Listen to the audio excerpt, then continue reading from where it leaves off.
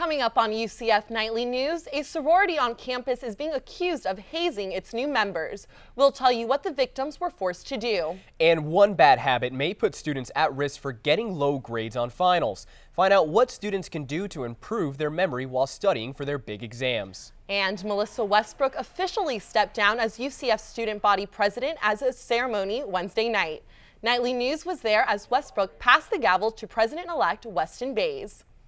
You're watching Nightly News, covering issues that are important to you from the UCF community throughout the greater Orlando area. Nightly News starts now.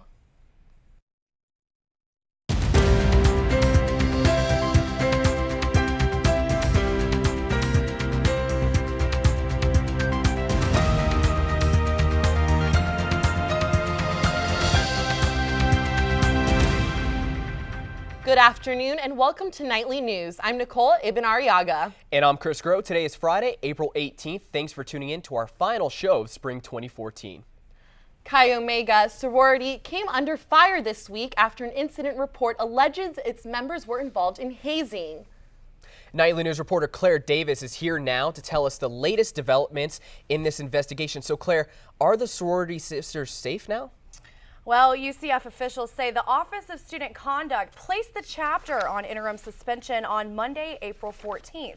That means the sorority is no longer allowed to participate in any Greek activities on or off campus.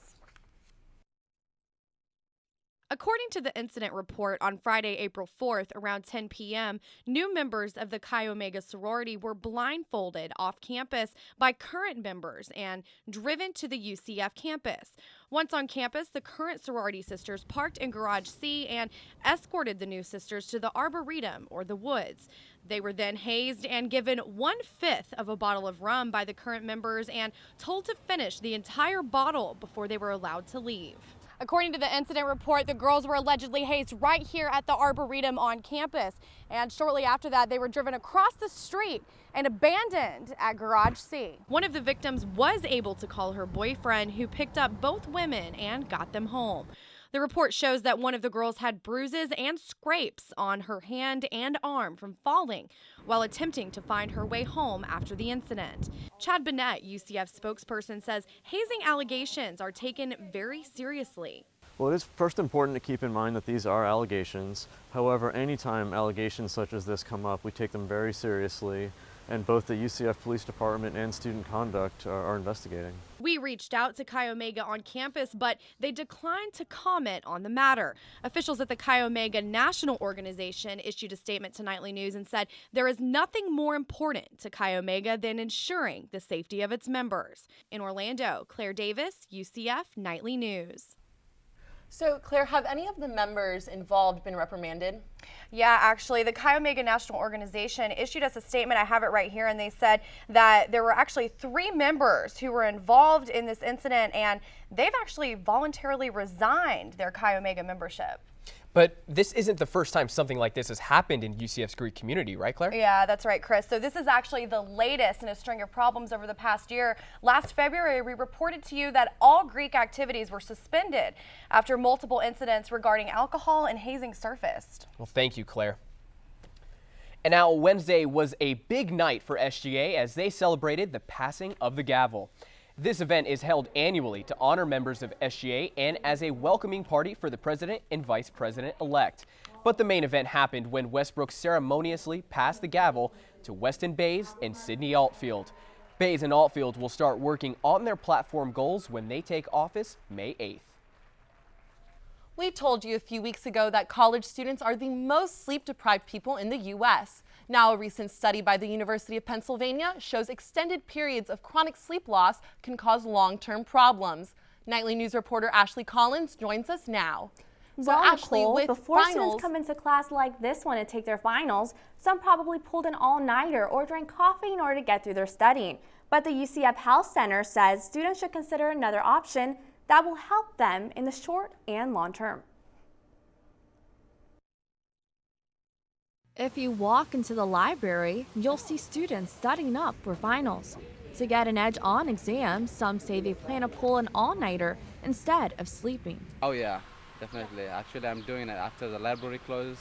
I'm heading out to all-night study. While others choose to rest up.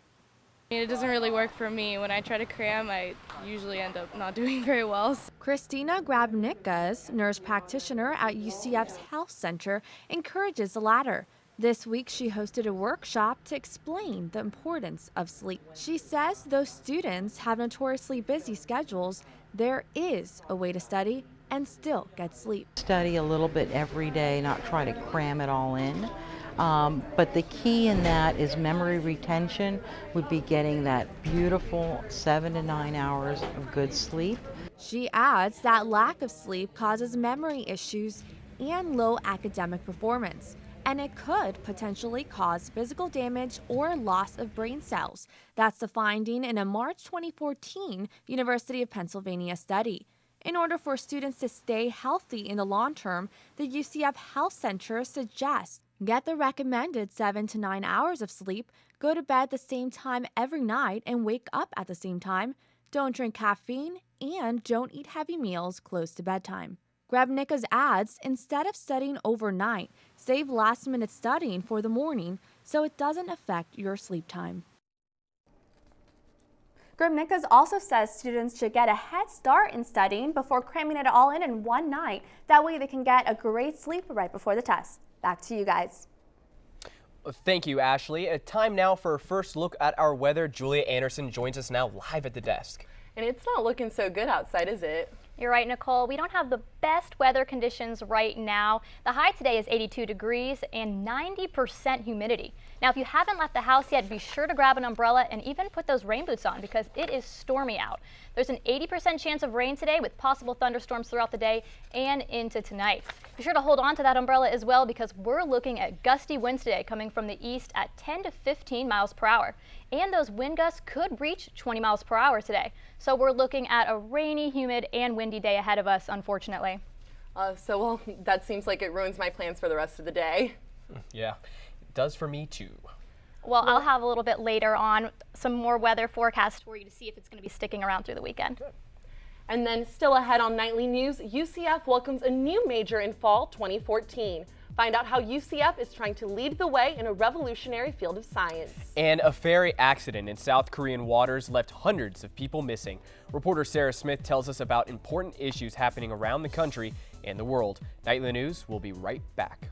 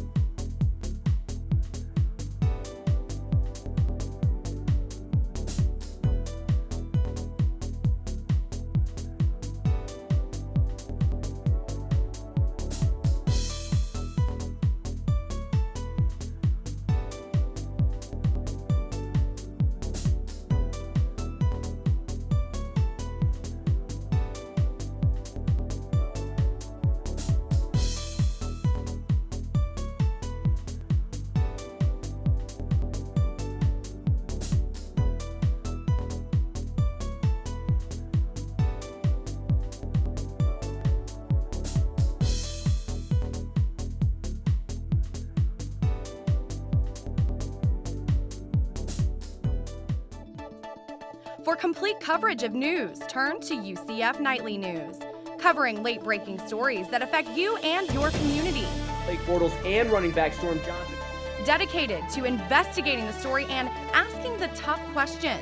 From the University of Central Florida campus all the way to Cocoa Beach. We bring you the latest news in all of Central Florida.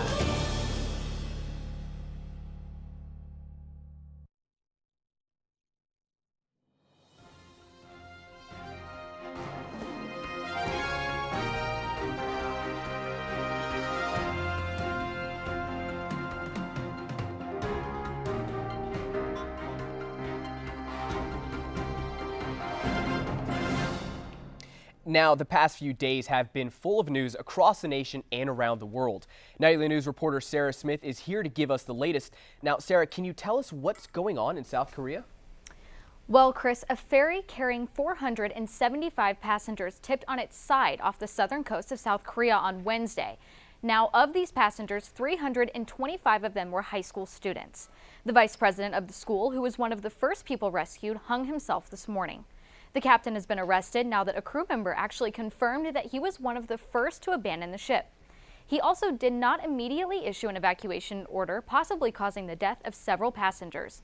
South Korean police are also investigating allegations that the distress texts and social media messages sent from passengers were a hoax. As of now, 28 people have died and 270 are still missing. Now in Washington, D.C., Wednesday night, President Obama issued a notice to Vladimir Putin, warning him to stop intervening with the Ukrainian government or face consequences from the U.S. and Europe. President Obama said it was absolutely clear that Russia violated Ukraine's sovereignty and territorial integrity.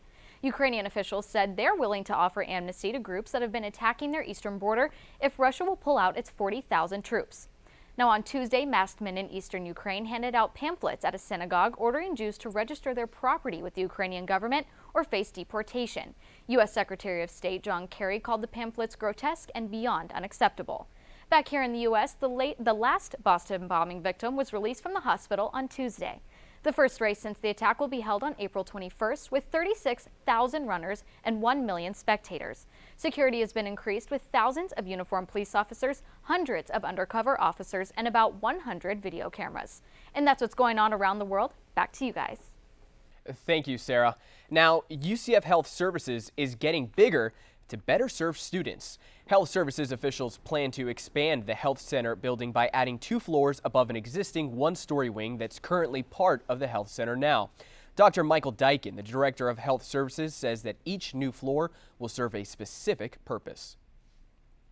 One is a combination of psychiatry and substance abuse.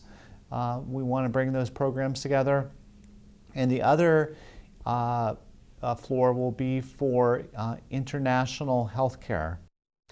Now, the expansion is still in the beginning stages, but Dyken expects construction to begin in December and for the new floors to be up and running by fall 2015. UCF is leading the way into a big future, but we're doing it by focusing on the little things. Nanoscience changes matter at the atomic level to make new things, and reporter Andrew Ray explains how UCF is getting ahead of the game. Nanoscience is used to change the structure of matter in order to create new materials. This science is the way of the future, creating new products from stealth technology for aircraft to spray-on coating used to fight rust on car surfaces. UCF is leading the charge in nanoscience technology, as the Board of Trustees approved a unique 2-year master's degree just last month. The director of the Nanoscience Tech Center says this new program will be unlike any other in Florida. And one of the unique features of this program is that you have our business courses involved, so that you can create your own business. And also at the end of the program, you have to do an internship in an industry that makes you more sellable for high-tech jobs and better economic development for the area and in the country. The goal of the program is to put students into jobs directly after graduation, but what field they choose is completely up to them. They'll be trained to combine nanoscience with whatever they're already interested in, which here at UCF could be anything from making medical supplies to building smaller processors for our smartphones. Nanotechnology also has outputs such as solar cells, which would also be important for things like satellites and other aircraft. So nanotechnology has a big impact on what I want to do.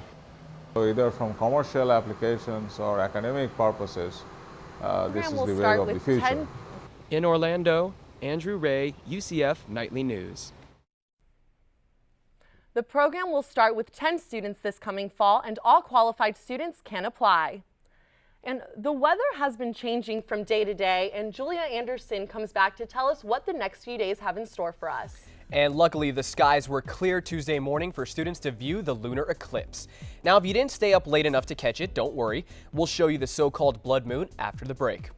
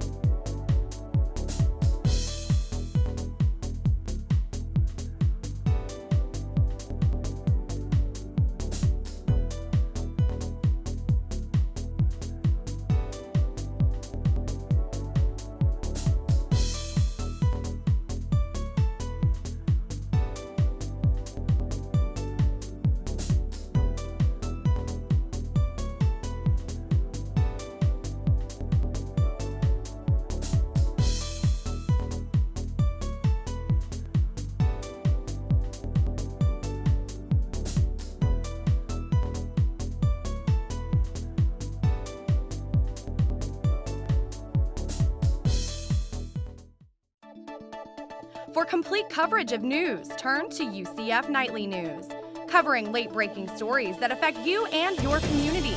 Blake Bortles and running back Storm Johnson. Dedicated to investigating the story and asking the tough questions. From the University of Central Florida campus all the way to Cocoa Beach. We bring you the latest news in all of Central Florida. Did you take a look at the sky early Tuesday morning? If so, you likely saw something quite interesting. UCF students and astronomy enthusiasts alike gathered at Memory Mall on campus early Tuesday morning to view a rare sight. The blood moon lunar eclipse gave the moon a reddish hue. That's because the sun's rays bend around the Earth. It all began around 2 a.m. on Tuesday morning and lasted until about 5 a.m. Some students felt viewing the eclipse was a great way to spend the early morning. We're college students, 2, 3 in the morning, like either go and watch TV or come out and look at the stars, UCF's Robinson Observatory also set up high-powered telescopes to allow students to take a closer look at the moon, as well as Mars and Saturn. Who wouldn't want to go to a free concert? I know I would. Well, this past Wednesday, many UCF students came out to a free concert at Firestone Live in downtown Orlando. Entertainers like Future Unlimited, Carousel, and Chair Rub performed at the event, which was free for anyone in the Orlando area. Our nightly news reporter Alexa Rodriguez spoke with Jason, a member of the popular group Chair Rub, who told her that his band's biggest musical influence is late 80s and early 90s pop music. And now Julia joins us again to give us a closer look at the weather conditions. So Julia, how does it look like throughout the state? Well, Nicole, we're looking at a variety of temperatures throughout the state of Florida today. Like I said earlier, here in Orlando, we're looking at 82 degrees as our high today. The same goes for down in South Florida in Miami. They're also looking at 82 degrees. Now, our neighbors over in Tampa are just a couple degrees cooler at 80 degrees. Now, when we go up to northern Florida, that's where we're really going to see quite a temperature drop. Both Tallahassee and Jacksonville are both looking at a cool 69 degrees. So let's take a look now at our national temperatures. Well, national temperatures right now throughout the country, Florida and Central Florida and South Florida, along with parts of Texas, California, and Arizona, that's where we're going to be seeing the hottest temperatures. And then the rest of the country is looking basically 70 and 60s for the majority. And then as we go up north, obviously it gets cooler. So where we're getting all this rain right now, we're going to look at this map here to see where all this rain is coming from. As you can see, there's a lot of rain scattered throughout the country, but what we need to be concerned about here in Florida is this area right here. There's a lot of low pressure, and that's moving along a frontal. This is moving along here into Florida, and that's going to be moving all throughout the southeast. Majority of Florida, though, that's where we're getting all this rain and thunderstorms. So let's take a look at what we're dealing with here in Orlando for the next few days. Like I said, tomorrow is going to look very rainy because of this front, and that's going to be a high of 76 degrees with a low of 58. Now by Sunday, that front's going to be moving out to the western Atlantic, and we'll be seeing a little bit of filtered sunshine just in time for Easter. The high is going to be 79 with a low of 62. And if you are planning on going to the beach or the pool, I would save that for early next week, Monday through Wednesday. We're going to be looking at some sunshine with the high in the 80s and the low in the 60s. So we just have to endure the rain for a couple more days, and by Easter Sunday, we should finally be seeing the sun again in time for those Easter egg hunts. Now, Nicole and Chris, are you planning on traveling for the Easter holiday? Yeah, Julia, actually, I won't be going on any Easter egg hunts. I'm a little bit too old for that, but I'll actually be enjoying a nice Italian Easter dinner put on by my girlfriend's parents. I'm really excited. I'm so just jealous. Gonna stuff my face, like just the entire Sunday just eating. I'm so jealous. I want a good Italian home-cooked meal. I'll bring back some. Oh, please do. And then still ahead on Nightly News, football season may be over, but there is still a lot of football action on campus for fans to enjoy. A local arena football team recently made home in the CFE Arena. Find out more about how this partnership between UCF and the Orlando Predators began. Sports is up next.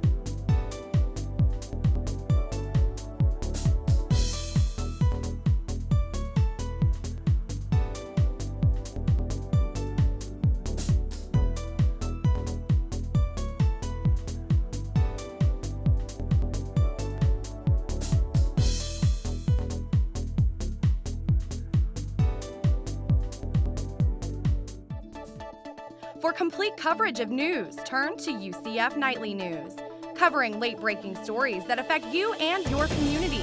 Blake Bortles and running back Storm Johnson.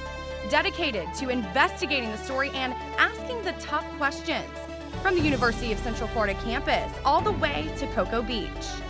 We bring you the latest news in all of Central Florida.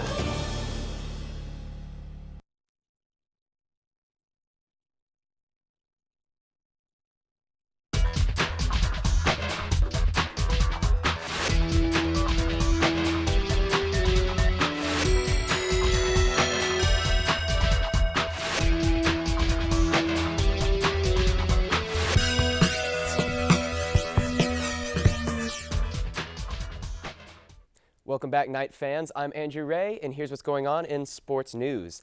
The UCF football team will return many starters from last year's Fiesta Bowl championship season, but there will be no Blake Bortles. Reporter Nick Marciniak was at last week's spring game to preview the team heading into next season.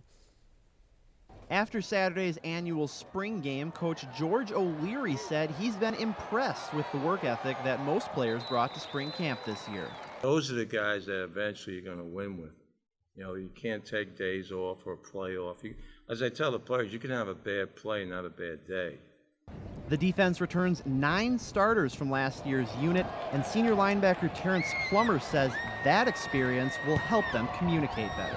Guys are, playing games now. They played games in the past, nine games, 10 games, experience. So we just try to work that into the spring this year, and just work on our communication. Quarterback has been the big question mark throughout the spring. Justin Holman is the starter going into the offseason, but senior guard Torian Wilson says all the QBs have improved during camp. I really felt both of them were stepping up, being that vocal leader in the huddle, getting us together, if the huddle isn't right. They're the ones that need to, step up. Whoever wins the starting job, O'Leary will not have unrealistic expectations. Blake who? Blake Bortles? I don't compare anybody to anybody. In Orlando, Nick Marciniak, UCF Nightly News. The Knights will start their 2014 season on August 30th with a rematch against Penn State in Dublin, Ireland. And you football fans won't have to wait for the fall to see some action on the gridiron. The Orlando Predators have taken over the CFE Arena this summer, and reporter Wilnifred Santiago explains how the team came to UCF. The Orlando Predators have been Orlando's professional football team for 23 years, and for 22 of those they played in downtown Orlando, first in the Amway Arena and then in the Amway Center. But now they play in our house. The CFE Arena is host to all 9 Predator home games this season, including the playoffs if the Predators make it. The Predators say they feel like this arena will be a more intimate setting for the fans and that it helps them market to a new generation. Brian Hetzenbach, general manager of the CFE Arena, says having the Predators here is a good fit. It's 9 home games plus the potential for postseason games. Certainly the attendance figures that brings new people to Knights Plaza, to the university. The revenue generated is very impactful as well. And it fills a bunch of dates over the summer that are typically not otherwise filled. This is not just a one-year try for arena football here at UCF. Mr. Hessenbach says that the Orlando Predators have a 2-year contract, which means that they will be playing here at the CFE Arena next year as well.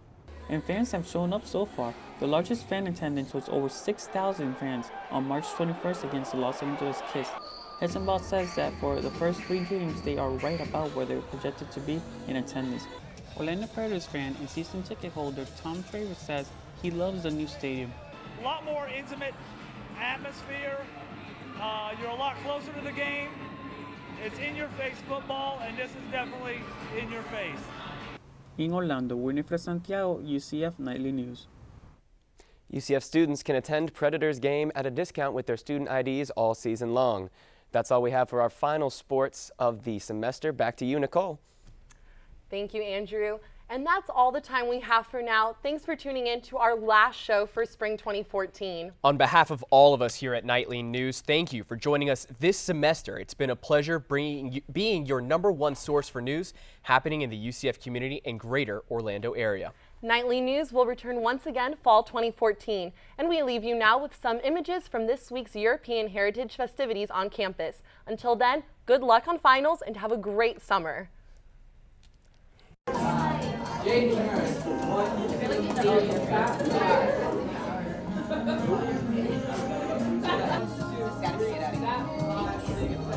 Open, 2, 3, tap, 5, 6, 7, tap. 1, 2, 3, tap, 5, 6, 7, tap. Again, 1, 2, 3, tap, 5, 6, 7. 1, 2, 3. On 3, your hand is here, right there. That's where you should be on 3. All right, and then we'll do the count again. 5, 6, 7. Just kidding. We'll rotate.